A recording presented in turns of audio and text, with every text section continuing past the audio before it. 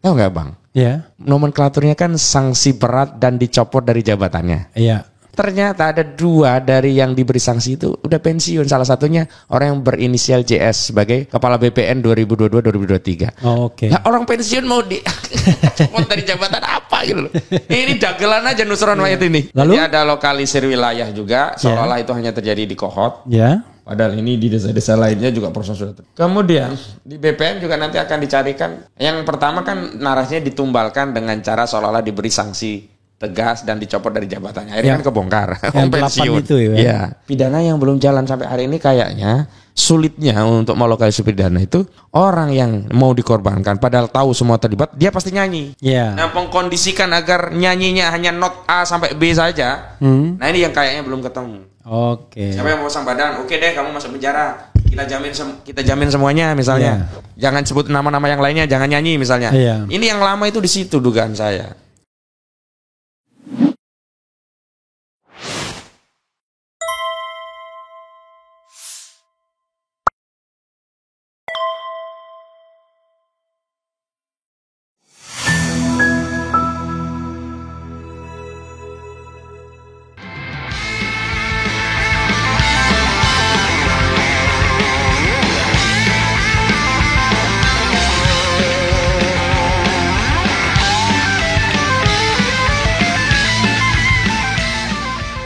Terkait PIK itu kan bermula saat tanggal 30 Desember 2024 yang lalu, bukan Desember, 30 November 2024 kami menggugat secara perdata perbuatan melawan hukum terhadap Aguan dan kawan-kawan dengan nomor perkara 754-PDTG-2024-PNJKT-PST di Pengadilan Negeri Jakarta Pusat. Ada 8 pihak yang kami gugat, 1 pihak turut tergugat.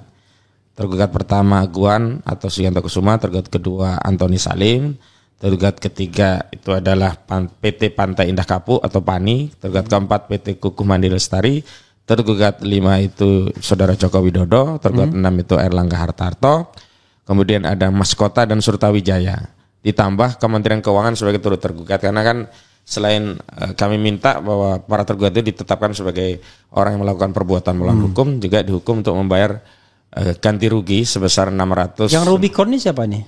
Rubicon itu Arsin, nggak masuk. Beda lagi nih. Beda lagi. Oke, terus itu Arsin, terus. itu Kohot itu, paling desa Kohot. 616,2 triliun yang kami minta dibayarkan kepada negara melalui Kementerian Keuangan. Ada 8 poin materi muatan perbuatan melawan hukum dan salah satunya terkait pagar laut saat itu. Sebelum heboh itu kita sudah memasukkan pemagaran laut itu sebagai perbuatan melawan hukum karena menghalangi akses publik terhadap laut, nelayan untuk bisa melaut sesuai jalur normal karena kan harus memutar dan itu menghabiskan BBM, tangkapan berkurang dan macam-macam begitu. Iya, kalau 30 kilo mutarnya lumayan juga. Ya tergantung titik dari mana dia juga sih. Kalau titik ujung ke ujung ya memang agak jauh begitu. Tapi memang diakui itu membuat nelayan tidak efektif. Yang paling penting adalah kalau kita bicara bukan begitu, nelayan kan banyak sepanjang garis pantai itu kan. Betul. Tapi tentu ada yang jauh jadi. Iya, harus ke ujung gitu. Dan sempat dulu pernah ditabrak. Terus ditutup lagi oleh otoritas PIK. Walaupun sekarang mereka nggak mengakui, itu hal yang lain lah. Makanya kalau kita bertanya maling mau ngaku ya nggak ada cerita begitu. Nah, 8 poin itu salah satunya teraih pagar laut dan baru pagar laut kan mulai ramai akhir-akhir ini. Dan sebelum ramai kan saya dengan Pak Sugeng, Bang Said Didu, Bang Edi Mulyadi itu kan datang ke Pulau Cangkir. Di situ yang kami bikin video awal tentang pagar itu. Kita tunjukkan pagarnya dan seterusnya. Yang memang viral juga waktu itu. Dan akhirnya perbincangan tentang pagar laut itu menjadi makin viral ketika masuk ke media mainstream, terutama TV ya. Ketika sejumlah TV mengangkat isu ini dalam sebuah diskursus, itulah mulai ramai begitu. Nah, kami juga di poin pertama justru yang paling penting itu perbuatan melawan hukum yang kami persoalan itu dari 8 poin itu adalah pertama adalah penyelundupan hukum status PSN di wilayah yang sebenarnya tidak masuk kategori PSN. Oke, jadi sengaja PSN ini dijual. Iya, narasi PSN ini dijual untuk membebaskan lahan. Sehingga masyarakat kalau nggak jual takut. Gitu. Nah, padahal kalau kita rujuk kan PSN ini hanya 1.755 hektar. Dan itu pula diakui oleh lawyernya PIK kan? Iya, begitu. Seolah-olah dia mengatakan memang harus dibedakan begitu ya. Tapi persoalannya itu disengaja diselundupkan seolah-olah semuanya PIK. PIK gitu ya. begitu. Seolahnya PSN PSN ya. begitu. Oke, teruskan. Ya. Nah, kami yang agak di luar materi gugatan yang ya kami kaget itu ternyata di bawah laut itu sudah ada sertifikat itu. Ya. Ada 263 SHGB dan 17 SHM yang ditemukan oleh Kementerian ATR, tapi itu hanya di Desa Kohot.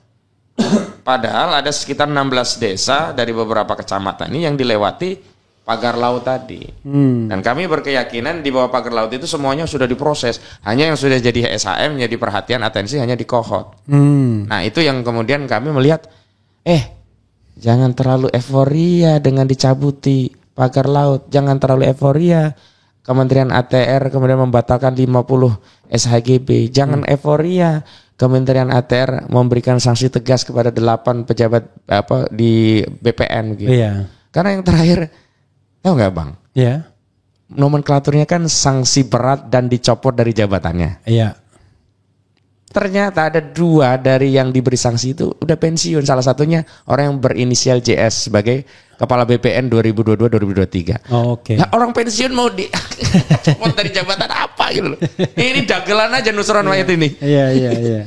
Nah, dan yang paling penting sebelumnya kan Nusron Wahid mengakui semua itu ada di laut. Secara material faktual ada di laut. Tapi kenapa yang dibatalkan hanya 50? Iya. Padahal totalnya ada 263, belum lagi yang 263 yang SHGB. SHGB. Yang 17 SHM. Totalnya sih 280. Sorry, SHGB itu sertifikat hak guna bangunan. Ya. Kadang-kadang yang begini-begini, waduh jangan dipotong. Enggak, bro, tidak semua orang paham langsung. Oh iya betul. Okay. Betul. Nah, ada yang protes jangan dipotong tuh sebelum penjelasannya tuntas gitu ya. Nanti ada yang nggak tahu, sayang kan. Tahu kan. Iya, Oke, terus. Nah, makanya kemarin itu kan Nusron itu menyatakan bahwa secara material faktual itu sudah menjadi laut, menjadi tanah musnah. Justru ini yang berbahaya, Bang. Karena di pasal 66 PP nomor 18 2023, tanah musnah itu mekanismenya sebelum ditetapkan sebagai tanah musnah nanti diberi hak untuk bisa melakukan rekonstruksi atau reklamasi. Oke. Jadi ini adalah modus seolah-olah tanah itu dulunya daratan menjadi musnah. Memegang hak atas tanah musnah diberi hak untuk melakukan reklamasi, dan setelah diberi hak reklamasi dia juga mendapatkan kompensasinya. Oke. Kompensasi dalam bentuk uang kerohiman. Ini kan dia sudah bisa merampas laut, habis itu dapat uang kerohiman dari negara. Oke. Seolah-olah bahwa dia punya hak atas tanah tersebut karena dulunya daratan. Jadi kena abrasi. Oke, jangan-jangan zaman es kutub mencair gitu. Iya itu. Kalau saya kalau dulu ya Selat Sunda sama Sumatera tuh gabung ya. Mungkin itu ya cara mengukurnya. Kan itu yang dibilang Nono Sampono selalu begitu. Itu kan dulu daratannya kena abrasi, dalihnya itu RT RW-nya di Kabupaten Bekasi sudah menetapkan itu wilayah itu dulu memang wilayah yang terkait pertanian dan seterusnya. Saya bilang ini mah ngarang aja, ini bikin hikayat nih. Iya. Lah kalau sudah bisa begini kan ya semua bisa didesain RT RW. Ada orang bilang yang saya lihat bagaimana nih daerah abrasi. Orang itu daerah pendangkalan kok di situ, daerah justru apa namanya yang tanah timbul. Iya, apa yang namanya kalau tanah yang ini? Yang tanah gambut. Bukan untuk uruk itu apa? Tanah apa itu? Yang di Singapura bukan pasir tapi sedimen. Iya. Malah itu boro-boro abrasi, malah itu tanah tambah sedimen. Tanah. Iya. Jadi kan memang salah satu argumentasi faktual terkait bantahan bahwa itu ada abrasi itu kan yang paling mudah di Kohot khususnya. Itu kan ada Kali Cisadane. Cisadane kan hulunya ada di Bogor, mengalir terus sampai Cisadane. Itu justru membawa material lumpur, tanah macam-macam, justru menambah muara itu gunduk gitu loh. Makanya jadi sedimen. Jadi sedimen, jadi nambah daratan. Boro-boro abrasi. Nambah daratan gitu loh. Jadi emang bohong ini, ngarang semua ini. Tapi ya sebaik-baik mereka bohong kan akhirnya kan terbongkar juga. Nah terakhir narasi mereka pagar laut itu sejak 2014 seolah-olah ingin menarik pejabat-pejabat lainnya untuk bertanggung jawab. Lah citra satelit Google itu menunjukkan itu cuma sejak 2022 kok itu. Kalau 2022 itu nyambung, Bang. PP-nya dipersiapkan 2021. Iya. Proses persertifikat mereka mulai urus 2020 sampai 2023. Paralel proses sertifikat mereka juga memproses pemagaran. Jadi nggak benar dong Maki yang kemudian melaporkan pejabat BPN 2014 2023. Nah makanya jangan terlalu mengikuti semuanya. Kadang-kadang ini hanya untuk mengaburkan sehingga pertanggungjawabannya menjadi nggak jelas gitu. Iya. Misalnya begini, jangan juga dilokalisir hanya di Kohot, hanya BPN karena Kanwil dan yang lainnya juga terlibat, nggak bisa. Walaupun secara kewenangan itu ada di Kantah, tapi Kantah itu selalu minta petunjuk dari kantor Kanwil, pertanahan. kantor wilayah. Kantah itu kantor pertanahan di tingkat kabupaten, makanya disebut Kantah, kantor pertanahan. Istilah untuk pengganti kantor BPN di tingkat kabupaten dan kota. Kalau Kanwil di tingkat provinsi, kantor wilayah gitu. Jadi memang saya membaca itu kenapa ini lama sekali Bang. Ada desain penyelamatan gitu loh. Siapa yang mau diselamatkan, apa yang mau diselamatkan, terus apa yang mau dikorbankan dan siapa yang menjadi tumbal gitu loh. Oke. Kalau kita bicara tentang skenario itu menurut Anda siapa yang mau diselamatkan? Apa skenario penyelamatannya? Siapa ya tumbal terbesarnya? Tumbal yang paling dekat itu ya si Arsin, kepala desa Kohot, udah pasti dia akan jadi tumbal. Oke. Mau nggak mau, baik terkait pemagaran, dia ikut mengkoordinir. Arsin Rubicon itu ya? Iya, Arsin Rubicon. Keren dia itu ada mobilnya A4RS. Bukan. B412 IN ya, Arsin. A125 ya. Itu IN, luar biasa. Dan dia punya Paspamdes loh, Bang. Oh, luar biasa. Pasukan pengaman desa. Ada aja. Oke. Lalu jadi ada lokalisir wilayah juga, seolah-olah itu hanya terjadi di Kohot. Padahal ini di desa-desa lainnya juga proses sudah terjadi. Kemudian di BPN juga nanti akan dicarikan. Yang pertama kan narasinya ditumbalkan dengan cara seolah-olah diberi sanksi tegas dan dicopot dari jabatannya. Akhirnya kan kebongkar. Pensiun. Itu ya. Nah, pidana yang belum jalan sampai hari ini kayaknya sulitnya untuk melokalisir pidana itu orang yang mau dikorbankan padahal tahu semua terlibat, dia pasti nyanyi.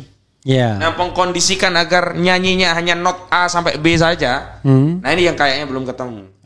Siapa yang mau pasang badan? Oke deh, kamu masuk penjara. Kita jamin semuanya misalnya. Jangan sebut nama-nama yang lainnya, jangan nyanyi misalnya. Ini yang lama itu di situ dugaan saya. Dan yang menarik lagi Bang, ini yang buat eskalasinya kan bisa meluas dan ini akan membuat proses penyelidikan dan penyidikan itu tidak mengikuti kasusnya, tapi mengikuti desainnya. Kenapa? Dugaan saya sertifikat ini juga sudah dijaminkan seperti yang ada di Surabaya. Seperti yang di Surabaya? Iya. Makanya kan lebih ribet, berarti kan bank juga terlibat nanti. Iya. Orang-orang di dalam bank kena. Makanya ini membuat desainnya tuh nggak simpel karena banyak yang terlibat. Kalau kita bicara tentang hektar itu berapa hektar sebenarnya tanah yang disertifikatkan itu? Kalau disertifikatkan saya nggak tahu, yang jelas tadi ya 263 sama 17 SHM. Kemudian kalau yang wilayah pagarnya itu tadi Ombudsman menyebut kira-kira 1.400 sampai 1.500-an hektar. Itu yang dipagar. Cuman kan kalau kita bicara penguasaan lahan yang akan dijadikan asas industri properti itu luas Bang. Bukan hanya laut, darat juga. Belum lagi yang PSN 1.755. Yang sampai hari ini itu kan sudah melanggar. Kenapa? Belum ada konversi dari hutan ya yang sebelum 1.500 itu kan hutan lindung. Sampai sekarang belum ada konversi. Kok sudah dikerjain gitu loh. Ya, intinya adalah wilayah laut yang reklamasi itu cuma segelintir aja, secuil aja dari tanah daratan yang sudah eksis gitu ya. Betul gitu. Jadi mau bangun Singapura katanya yang langsung pemilik rumahnya berhadapan dengan laut punya yacht gitu ya. Masing kalau kita parkirnya paling banter mobil, ini parkirnya itu yacht. Iya, betul. Jadi pergi ke luar negeri langsung laut lepas gitu ya. Jadi begitu saudara sekalian. Apalagi yang bisa di-share di dalam kesempatan. Saya tahu kalau kita bicara kasus memang tidak mudah, ya kan? Karena complicated, apalagi menyangkut ribuan hektar. Tapi yang jelas ya ini ya ini kerja kong kali kong lah, kata Rizal Ramli itu peng-peng lah, penguasa sama pengusaha. Betul, ya. betul. Cuman penguasanya siapa, pengusahanya siapa. Kalau ini kan sudah jelas sih sebenarnya. Oke, penguasanya Jokowi, pengusahanya Aguan Antoni Salim, udah kan. Iya. Aktor Jadi lapangannya ada Engcun, ada Gojali, ada Ali Hanafi Ali Jaya. Kurang apa lagi? Bareskrim saya ini cuma nggak punya kewenangan aja, Bang. Iya, kalau punya kewenangan saya tangkepin itu. Yang nangkep bukan kita, yang menangkap punya kewenangan. Jadi sobat era sekalian, intinya adalah kasusnya ini sudah jelas, ya kan? Tinggal keberanian saja, keberanian dari Prabowo tentunya kan? Saya lihat memang kombinasi. Ya. Makanya saya di beberapa kesempatan ini soalan tentang kasus Pagar Laut dan Sertifikat Laut itu nggak akan tuntas kalau Kapolrinya belum diganti. Karena Kapolrinya memang punya hubungan yang sulit untuk dipisahkan dengan kepentingan Agung Sedayu. Karena terakhir itu kan markas Brimob itu kan dapat bantuan dari Agung Sedayu. Tanahnya hibah dari Agung Sedayu. Bukannya di setiap perumahan-perumahan, di setiap ada pengembang dan lain sebagainya, kantor-kantor Brimob polisi itu dibangun. Ya makanya itu salah semua karena yang sekarang yang terlibat Agung Sedayu, maka Kapolri nggak berani ngomong satu kata pun. Belum ada kalimat Kapolri terkait ini. Oke. Belum ada. Makanya kalaupun nanti ada tindakan penyidikan di bawah kendali Kapolri Listio Sigit Prabowo, saya meyakini masyarakat juga nggak terlalu percaya. Jadi unlegitimate proses itu gitu loh. Diduga ini hanya rekayasa untuk melokalisir. Kalau kita mau jujur sama seperti KM 50. Ujungnya KM 50 nanti ada orang yang dianggap salah tapi dibebaskan dengan alasan atau dalih itu pembelaan terpaksa. Pengacaranya dia juga ya waktu itu. Nah iya. Ini yang sulit gitu. Tapi ya kalau saya menunggu, Bang. Langkah mereka apa? Saya sudah punya beberapa skenario kalau mereka terjun ini nanti kita pagar ini. Kenapa? Karena setiap langkah mereka harus kita pelototi. Sama seperti Nusron. Yeah. Awalnya ketika dia menyatakan bahwa status PSN PIK 2 itu bermasalah. Kenapa? Karena ada 1.500 hutan lindung belum dialih fungsikan menjadi hutan konversi. Menurut dia ada 2 metode untuk melegalisasi proyek yang ilegal ini. Yeah. Pertama mengajukan ke Kementerian ATR untuk alih fungsi hutan lindung itu menjadi hutan konversi. Yang kedua mengubah RT RW baik melalui kabupaten maupun tingkat provinsi. Itu kan samanya membuka celah. Yeah. Ini loh kalau mau dilengkapi. Terus Nusron mengatakan kami belum bersikap karena belum ada permintaan dari pengembang. Enak banget ya. Iya makanya saya jadi bukannya mereka tindak malah disiapkan karpet jalan keluarnya. Makanya saat itu kan kita gencar. Nggak bisa begitu. Kalau ada orang melakukan tindakan ilegal, sanksi dulu diberikan. Jangan kemudian disiapkan karpet merah agar yang ilegal itu menjadi legal. Akhirnya nggak berani diambil, Bang, sampai hari ini. Sampai hari ini tetap. Makanya hari ini ketika nanti misalnya ya ada tindakan-tindakan yang kita baca rekayasa. Sederhana, Bang, kalau tindakannya itu kita anggap rekayasa. Kalau ya Engcun, Gojali ini, Mandor Mehmet, Ali Hanafi Ali Jaya ini nggak masuk dalam pusara orang-orang yang harus bertanggung jawab terhadap pagar laut ini, berarti sudah skenario. Pagar laut tidak termasuk sertifikat, tapi kan yang fokus pertama kali kan ini pagar laut dulu. Iya. Pagar laut, baru sertifikat laut. Dan di sertifikat laut itu banyak pasal bisa dipakai, Bang. 263, 266, Tipikornya pasal 2, pasal 3, belum lagi nanti pasal 5, pasal 7, pasal 11 kalau ternyata di sana ada suapnya. Kalau soal pasal itu kan udah gampang mereka udah ngambil. keahliannya penegak polisi hukum. Gitu loh. Saya dulu mengungkapkan korupsi di MK saja itu saya malah mau dikenain pasal. Kata Akil Muhtar, Refli kena pasal sekian, bisa 10 tahun. Jadi pasal berita bohong, pasal fitnah, pasal perbuatan tidak menyenangkan. Ampun dah ya. Oke. Apalagi, Bro? Nah, jadi sebenarnya kalau kita lihat dari pembicaraan itu, sebenarnya kasus ini kan kalau ada kepala desa Kohor, kepala desa Muncung, itu kan cabang-cabangnya aja. Iya. Ya. Betul. Pohon utamanya kan udah jelas. Iya. Mulyono, Aguan, Antoni Salim, Tapi Antoni kayaknya nggak terlalu aktif ya. Dia tidak dalam konteks ya Aguan dan Antoni Salim itu sama. Dia pemilik proyeknya. Oke, tetapi dia tidak ikut ngomentarin atau apa enggak ya? Kalau Aguan yang ngomentari. Oh, Aguan ya. Aguan di Tempo dia berdalih begini, Bang. Dia akui itu ada mafia. Iya. Tapi kami kan belanja, kami nggak tahu di bawah ada mafia atau tidak. Dan ini sebenarnya modus yang dipakai oleh Agung Sedayu. Jadi dia bikin layer-layer, Bang. I know. Nyampe ke dia udah bersih, seolah-olah dia pembeli beritikat baik gitu. Charlie itu kan? Kayak Charlie itu, iya. Charlie Chandra gitu. Tiba-tiba hilang aja tanahnya ya kan. Ujung-ujungnya ke dia juga ya kan. Iya. Malah dia gratis akhirnya. Akhirnya. Makanya kan saya selalu buat analogi sederhana, Bang.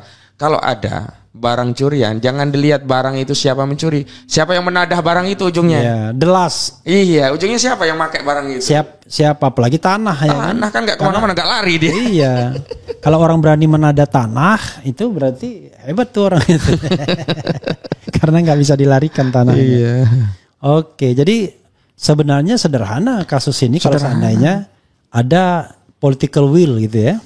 Iya, tapi kenapa Anda political will cuma bicara tentang Kapolri aja? Kan Kapolri kan perintahnya ya, tapi memang teknis di lapangan nggak mungkin presiden kontrol. Iya, kan? Begitu, Bang. Nanti Paling tidak begini, dia Bang. Dia lapor kepada presiden, Pak, kami sudah melakukan proses penyidikan, tapi begini begono dan lain sebagainya.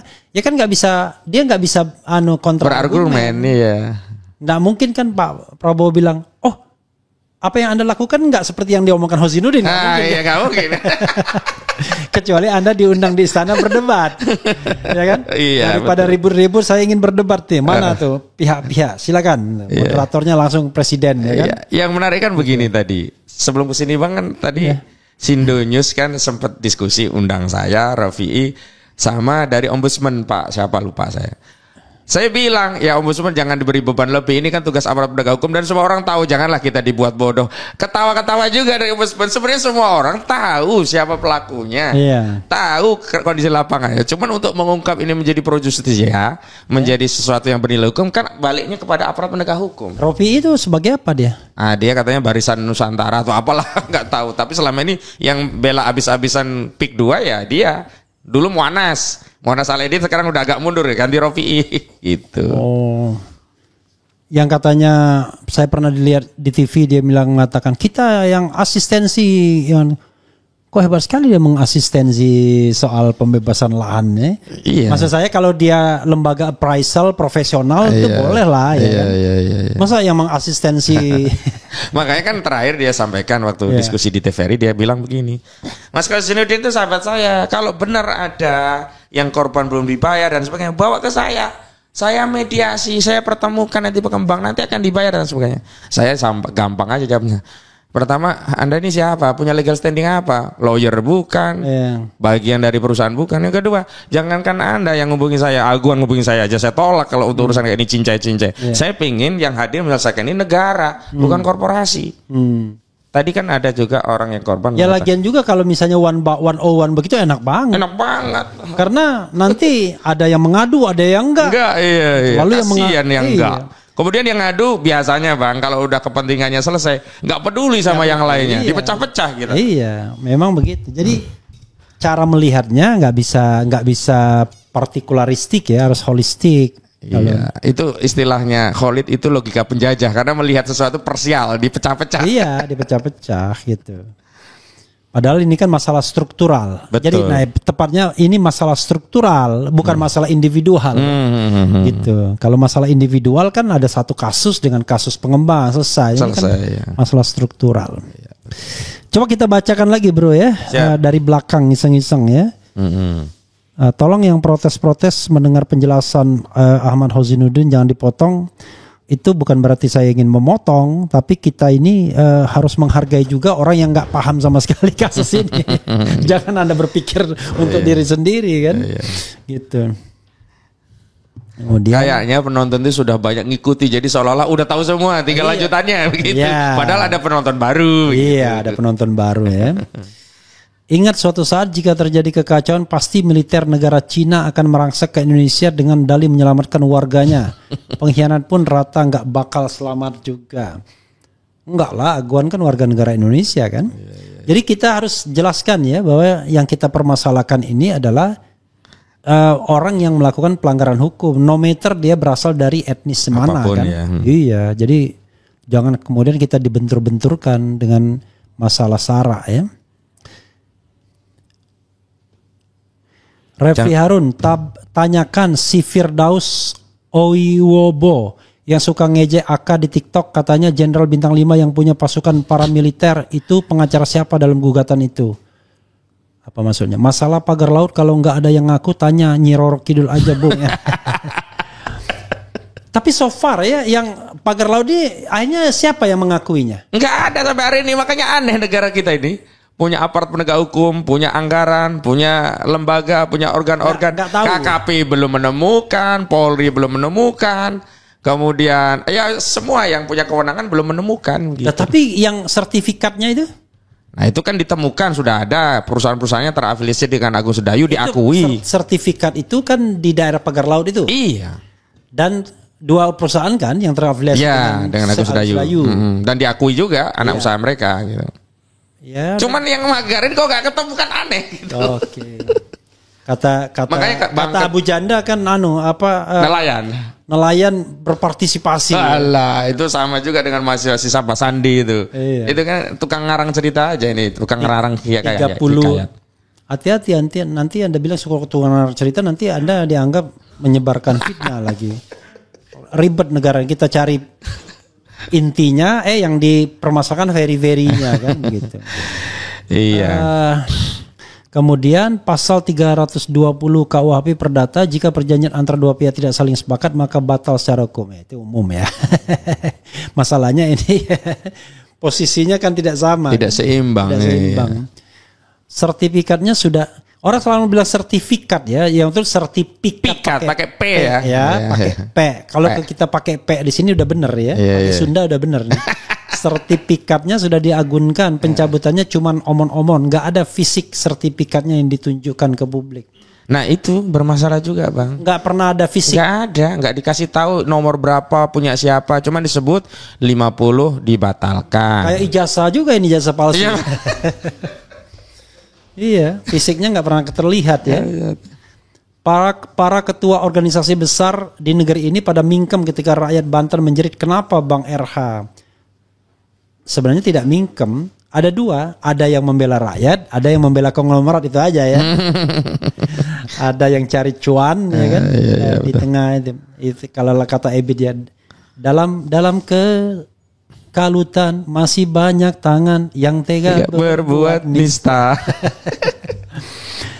Apakah Bang Aka ditelepon Aguan lagi untuk minta damai? Apalagi kalau dia menawarkan cuan untuk Aka, gimana bro? Enggak ada, karena saya pertama, ini udah masalah publik gitu. Ya. Terus terang Pak Refli, beberapa hari ini ya, seminggu atau lebih, banyak orang-orang yang tiba-tiba menghubungi saya pengen ketemu macam-macam dari berbagai latar. Ada latar aktivis, ada latar jenderal purnawirawan, ada latar pengusaha, ada bahkan latar mahasiswa, macam-macam. Bagaimana kalau mereka yang mau ketemu Anda itu di sini aja posnya? Mau ketemu Hasanuddin ke sini aja rame-rame. Iya, ini apa namanya podcast gitu ya. Oke, kalau itu jadi terbuka. Kan pertemuannya masa ada kepentingannya apa gitu kan. Iya, begitu. Gak jelas, makanya begitu tanya, apa kepentingan ini? Adalah ya dulu saya lagi sibuk gitu. Jadi saya nggak mau ada apa namanya. Tapi biasanya itu fitnah begitu loh. Banyak broker-broker gitu-gitu ya. Iya, tahu lah. Jadi begini saya bilang. Misalnya gini. Ditelepon lah si X misalnya. Iya. Oke, saya cerita-cerita aja ya. Saya agak mengurangi biar kita jadi cerita-cerita ya.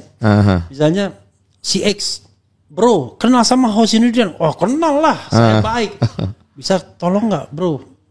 Hubungi atau pertemukan kami dan biasa kan begitu biasanya kan? Iya. Gitu untuk mendijinakkan ya.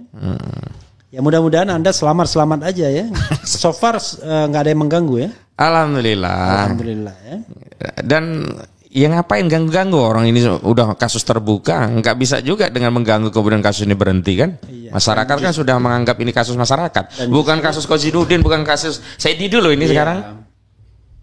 Tapi ini kasus yang menimbulkan concern dari masyarakat. Kan permasalahannya adalah dulu orang nggak berani, bahkan ngomong aguan aja kagak berani kan. Iya betul sih. Nah sekarang orang tidak hanya ngomong aguan, tapi juga mempermasalahkan bisnisnya yang dianggap ilegal, praduga tak bersalah ya. Oke, apalagi bro yang menarik bro, yang ingin disampaikan? Ya, yang menarik tadi terkait masyarakat di Banten. Sekarang ini Bang ada kecenderungan urat takut mereka mulai putus. Oke. Keberanian mereka mulai tumbuh. sejumlah korban-korban itu, bahkan sampai hari ini banyak yang hubungin saya minta agar didatangi dan siap untuk podcast mereka gitu. Cuman saya kan data terlalu banyak, waktu saya juga terbatas. Nanti dulu lah, yang ini aja belum, yang ini belum. Dan saya kan menyesuaikan juga dengan agenda di pengadilan, agenda yang lainnya. Sebenarnya begitu. Bisa gampang. Suruh aja mereka membuat pengakuan melalui video yang mereka buat di HP, ya kan? Lalu kita bisa siarkan, cuma kita edit. Misalnya ini, kalau seandainya mereka pengen masalah mereka diangkat kan, kita kan pengen jangan hanya siapa nelayan itu. Oh, Khalid ya. Jangan hanya Khalid aja, kasihan nih kan dia udah dipersekusi juga sekarang, udah dilaporkan kan? Iya, enggak jadi baru rencana.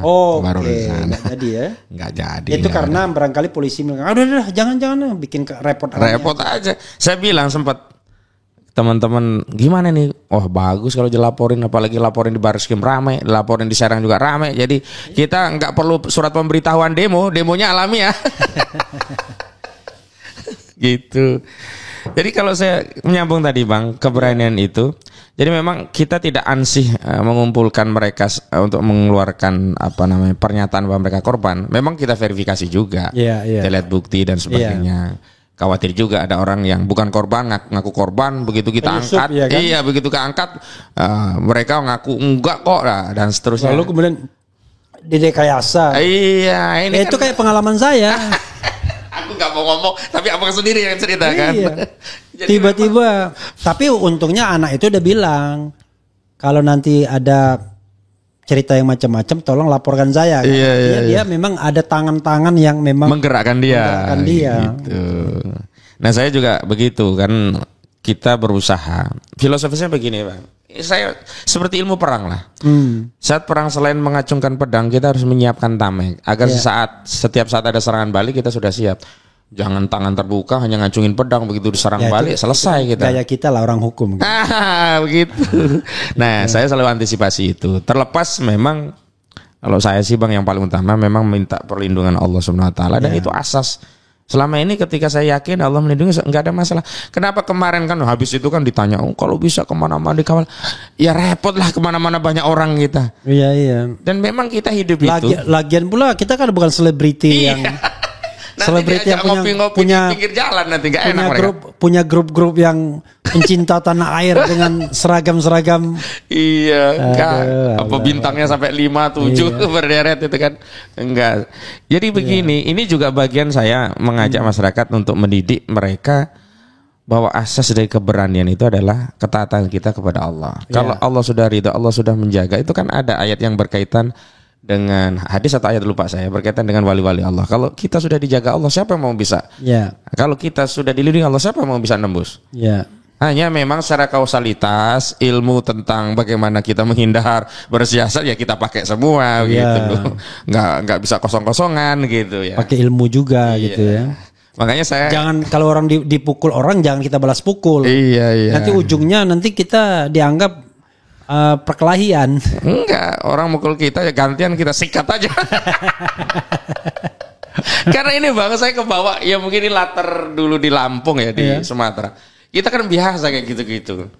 Jadi memang kondisi genting di sana dulu kan sana banyak begal atau apa. Itu terbawa situasi. Jadi ketika ada orang menarasikan itu genting, bagi kami enggak genting biasa. Nah, mungkin juga terbawa di sini gitu. Ya cuman memang kalau di Lampung itu tidak terbuka seperti sekarang ini dengan media sosial. Kita pukul-pukulan tuh nggak ada yang videokan. Nggak ada yang bela. Orang tembak menembak aja kadang-kadang selesai gitu. Ya kalau yang paham Lampung yang daerah tulang bawang apa gitu. Oke, sebelum ada lagi yang protes kebanyakan motong katanya saya. Apalagi yang bro, yang namanya narasumber juga butuh pancingan juga. Ente pikir dia suruh ngomong sendiri. Apalagi bro yang mau disampaikan? Iya, saya tentu saja menghimbau kepada segenap rakyat Banten yang hari ini saudara-saudaranya terzolimi. Saya menjadi saksi, benar-benar terzolimi. Ada yang tanahnya dirampas tanpa dibayar, ada yang dibayar dengan harga yang tidak sesuai keinginan mereka, ada yang dibayar dengan harga yang sudah tidak sesuai keinginan juga baru separuh. Kemudian ada sungai yang diuruk, jalan-jalan akses ditutup, laut yang kemudian dipagari. Ini semua adalah persoalan yang harus kita pikirkan bersama. Jangan kita meminjam istilahnya Pak Khalid ya. Berpikir parsial. Yang penting bukan aku, bukan keluargaku. Yang penting bukan tanahku, yang penting bukan terkait aku. Enggak. Karena apa? Karena kalau ini dibiarkan bukan mustahil semua akan menjadi korban. Makanya kami sebut tim kami itu adalah tim advokasi melawan oligarki rakus perampas tanah rakyat. Kalau orang sudah rakus, TAMOR PTR. TAMOR PTR-nya. Kalau mereka ini orang-orang yang sudah rakus ini nggak akan selesai ketika selesai ini akan menjarah yang lainnya.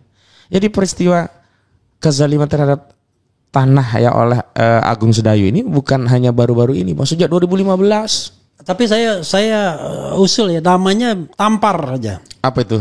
Tim Advokasi Melawan Pengusaha Rakus. Oh iya, ada lagi ya. Disingkat Tampar. Tampar ya. Oh. Tim Advokasi Melawan Pengusaha Rakus. Rakus ya. Disingkat Tampar. Iya. Boleh juga itu. Cuma nomenklatur yang sudah terdaftar di pengadilan itu tadi. Sengaja kita dulu cari nama-nama unik gitu. Iya. Karena pesannya Bang Saididu satu, pokoknya jangan sampai hilang nomenklatur perampasan tanah rakyat ya dalam tim itu gitu. Karena kan kronologisnya begini Bang. Dulu seolah-olah perjuangan melawan Agung Sedayu itu ada perjuangan individu Saididu dan atas kepentingan dia yang katanya punya tambak. Ya. Lalu kulminasinya dia dipanggil kedua. Ya. Saat panggil kedua Bang Saididu mengambil sikap, wah ini nggak bisa diam-diam, harus didatangi dengan massa. Ya. Datanglah kita bareng-bareng, abang juga datang. Ya. Nah setelah itu kita rapat bagaimana caranya bahwa perjuangan ini bukan Saididu, harus kita delivery perjuangan ini sebagai perjuangan publik. Nah kita follow up di White House saat itu deklarasi bahwa ini milik kita lagi begitu. Nah kemudian agar pertarungannya gantian kita yang nyerang bukan kita diserang, nah, muncullah gugatan itu. Itu kan kronologisnya begitu. Makanya MOR PTR itu ada kronologis dari situ. Pokoknya perampasan nggak boleh hilang. Dan memang kenapa saya sebut konsisten menyebut ini perampasan tanah? Saya membuat batasan definisi bahwa yang dimaksud dengan perampasan tanah adalah mengambil tanah dari pemiliknya tanpa keridhaan. Oke. Tapi Tampar bisa juga kan tim advokasi melawan perampasan tanah rakyat. Tanah rakyat. Tampar. Pinter ya kalau bikin akronim. Lebih mudah dikenal kan, udah tahu orang. Tampar Pak gitu. Klub Tampar, kita tampar aja gitu.